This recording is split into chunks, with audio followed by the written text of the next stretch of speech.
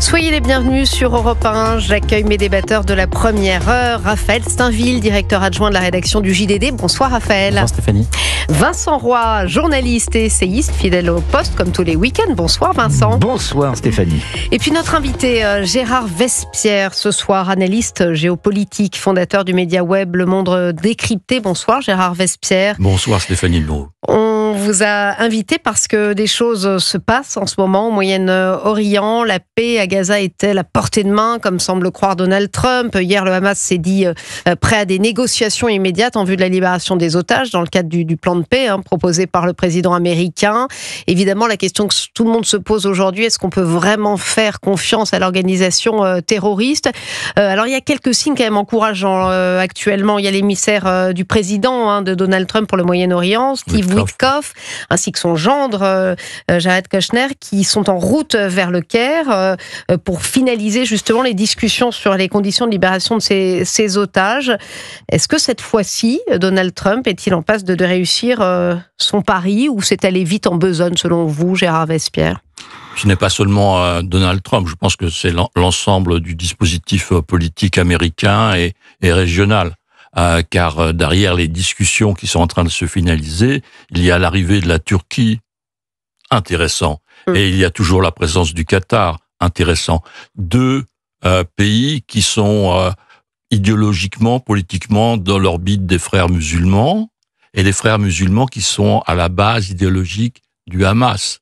Donc là, voyez-vous, on a un trio qui est capable, je dirais, de prendre des positions où les deux, donc Turquie et Qatar, vont certainement avoir une influence d'apaisement vis-à-vis du Hamas. Ce que vous êtes en train de nous expliquer, c'est que justement l'implication, qui n'est pas nouvelle, du Qatar, on les connaît souvent comme les intermédiaires, mais de la Turquie d'ailleurs.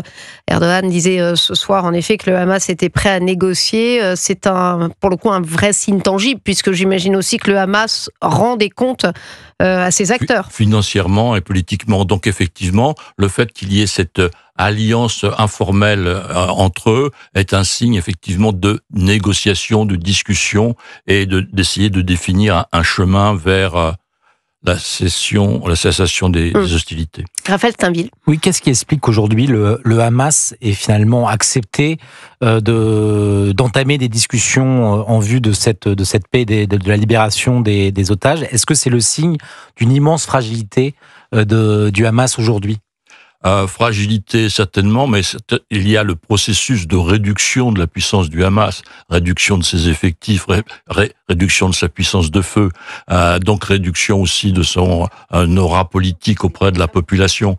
Donc tout ça est à prendre en ligne de compte et un peu en symétrie de ce qui se passe au Liban avec la réduction du Hezbollah, qui est en train aussi de négocier le fait de rendre son armement, n'est-ce pas? Alors donc, il y a ces deux éléments qui sont à mettre en parallèle et qui participent vraiment au retournement stratégique qui est en train de se mettre en place dans toute la région avec l'affaiblissement de l'Iran. Alors évidemment, la question qu'on est tenté de se poser, est-ce qu'on peut faire confiance au Hamas parce qu'il pose des conditions, en tout cas il demande encore du temps pour régler quelques détails. Le Hamas qui ne mentionne pas son désarmement, et c'est bien ça tout le problème, puisque cet accord effectivement inclut le désarmement du Hamas qui doit se rendre et inclut la libération, on le rappelle, de tous les otages. Selon vous, est-ce qu'on peut justement faire confiance à une organisation terroriste qui a toujours juré et voulu la disparition complète d'Israël? Est-ce que le Hamas du 4 octobre 2025 est le Hamas du 7 octobre 2023? Non. Je serais tenté de vous dire oui.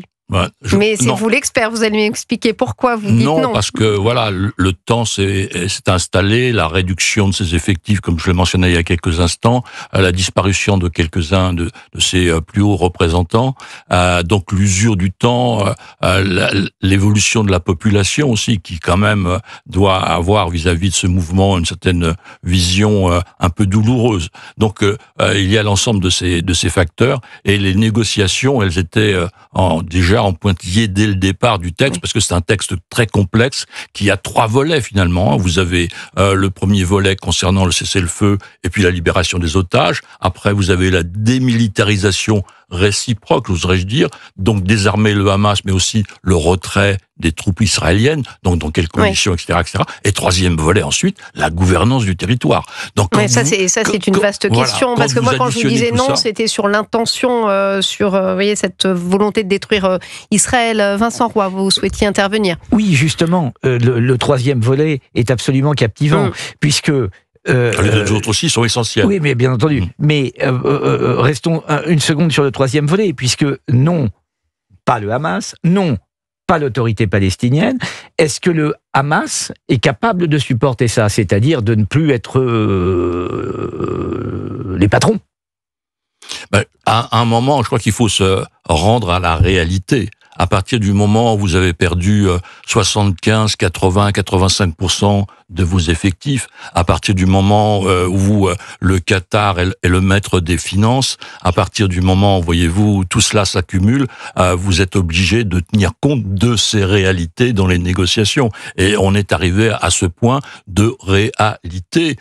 Et il n'y a pas que seulement le Hamas, n'est-ce pas? Il y a aussi la vision vers Israël, car ce changement de cap, de frappe forte sur le Hamas à des négociations avec le Hamas va produire des effets de vague dans la majorité très très faible actuelle. Un seul siège à la Knesset pour Netanyahou, n'est-ce pas? Donc il se peut, il y a déjà un mouvement qui a quitté la majorité de Netanyahou. Donc que va faire Ben Gvir, que va faire Smotrich? Bon, voilà, il y a donc des deux côtés des carrefours. Concernant la libération des otages, évidemment, Israël souhaite les voir revenir à la maison. Bien sûr. Sauf que le Hamas ne sait pas toujours nécessairement où sont les otages. Ils ne sont pas d'ailleurs tous aux mains du Hamas. Ils ont annoncé qu'il y avait 2 personnes qui étaient effectivement où ils ne savaient pas exactement. Alors, vrai ou faux, on peut se poser la question, mais en tout cas, bon, par rapport aux 48 cas, personnes, en comptant malheureusement les disparus, les décédés, donc il y a effectivement ces 2 cas qui vont être certainement l'objet de négociations ardues et d'exploration de la part des services israéliens. Gérard Verspier, vous parliez à juste titre, c'est vrai, de la population à Gaza qui est en souffrance et qui espère, on a vu certaines scènes de liesse à Gaza, on imagine qu'ils en ont assez de la guerre, évidemment, mais d'un autre côté, les derniers sondages montrent que la population éliraient à nouveau le Hamas si des élections avaient lieu aujourd'hui. Est-ce que vous ne sous-estimez pas le soutien de la population et la popularité du Hamas à Gaza? Sous-estimation ennemie. Que pensez-vous d'un sondage dans telles conditions? N'est-ce pas? Donc, voyez-vous, on a vu les scènes de liesse le 7 octobre de la population. 7 octobre 2023, oui, n'est-ce pas? absolument. Et nous sommes en octobre 2025. Oui. Donc voilà, le temps passe. On va, justement, c'est intéressant, je voulais qu'on soit avec Juliette Weinstaub, Judith, excusez-moi, la grand reporter du Figaro Magazine qui est en ligne avec nous. Judith, bonsoir. Bonsoir Stéphanie.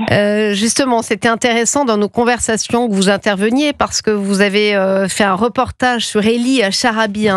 Eli Sharabi, c'est un ancien otage d'Israël qui vient de sortir un témoignage poignant sur ses 491 jours passés aux mains du Hamas. Et ce qu'il dit est assez édifiant et va peut-être parfois en contradiction avec justement ce qu'on aimerait peut-être croire. Racontez-nous un petit peu ce qu'il vous a dit, enfin ce que vous avez pu lire, parce que vous ne l'avez pas pu le rencontrer, mais vous avez lu son livre.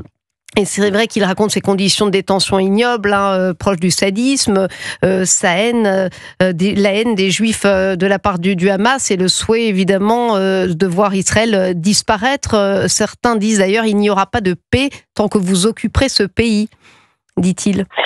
Bon, c'est ça. Il s'agit d'un livre qu'il a écrit presque tout de suite après sa libération en février. Ça s'appelle Otage, 491 jours aux mains du Hamas, et j'en fais la présentation dans le Figaro Magazine de ce week-end.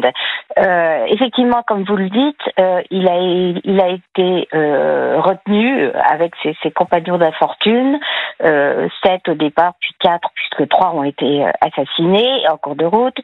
D'abord dans une maison d'une famille gazaoui. Et ça l'a beaucoup frappé de voir que c'était une famille somme toute normale, sauf qu'elle était complètement endoctrinée. Et c'est ce qu'il raconte tout au long de ses changements de lieu de détention, puisque après avoir été chez la famille, il a été retenu dans des tunnels. C'est la haine du juif, l'endoctrinement de ces geôliers, endoctrinement absolument total. Il fait une différence selon les générations. Les jeunes sont persuadés que les juifs sont tous des assassins et veulent l'éradication des juifs, non seulement en Israël, en Palestine, mais sur la surface du globe.